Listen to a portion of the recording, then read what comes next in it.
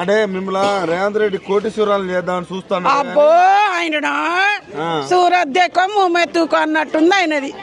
అరేవా ఆయన అంట మమ్మల్ని చేసి పెడతాడు. ఆయన ఇస్తారు ఎవరు పింఛన్ ఇస్తున్నాడు. ఆయన గిరాకీ 5 సంచుల పూలు అమ్ముతున్నాం. పొద్దున్న నుంచి సాయంత్రం దాకా గిరాకీ లేదు మార్కెట్లో ఎరికేనా. రేవంత్ రెడ్డి వచ్చిన ఓ మంచిగా ఉంది. బంగారం తింటున్నాం ఆయన వచ్చిన కాడికి. ఇంకా ఇస్తుండు. ఆయనదేనా పట్టు సీర కట్టుకున్నది. ఏంటి 2500 కూడా ఇస్తాను ఇస్తుండు. ఆయన పుణ్యాన్ని బతుకు బట్ట కడుతున్నాము. 2500 ఇస్తుండంట వాడు. ఇంకా ఆయన కేసీఆర్ అని ఉన్నప్పుడైనా మంచిగా ఉండు. ఒక నాడికి 8 ఏళ్ళ పిల్లల్ని ఖరాబ్ చేసి చంపుతున్నారు ఈ కాలంలో. ఆయన వచ్చిన కానీ ఎన్ని కేసులు అవుతున్నాయి. కేసీఆర్ ఉన్నప్పుడు ఒక్క కేసు అని అయిందా ఇట్లా? ఆయన వచ్చి బంగారం చేసి పెట్టిండు మాకు. ఆయన వాళ్ళు తెచ్చిరా మేము ఇక్కడ తేలే ఆయనని.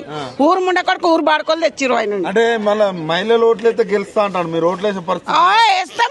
ఆయనకు బొట్టు పెట్టి మంచిగా కాటిక పెట్టి కళ్ళకు సుర్మ పెట్టి వేస్తాం ఆయనని. అంతేనా? బస్ ఎట్లున్నది? రోజు 4 సార్లు ఎక్కువ 4 సార్లు దిగుడు.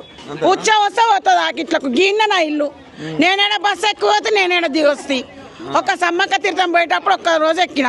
మళ్ళీ ఇది వరకు తీర్థం మీద జాతర లేదు.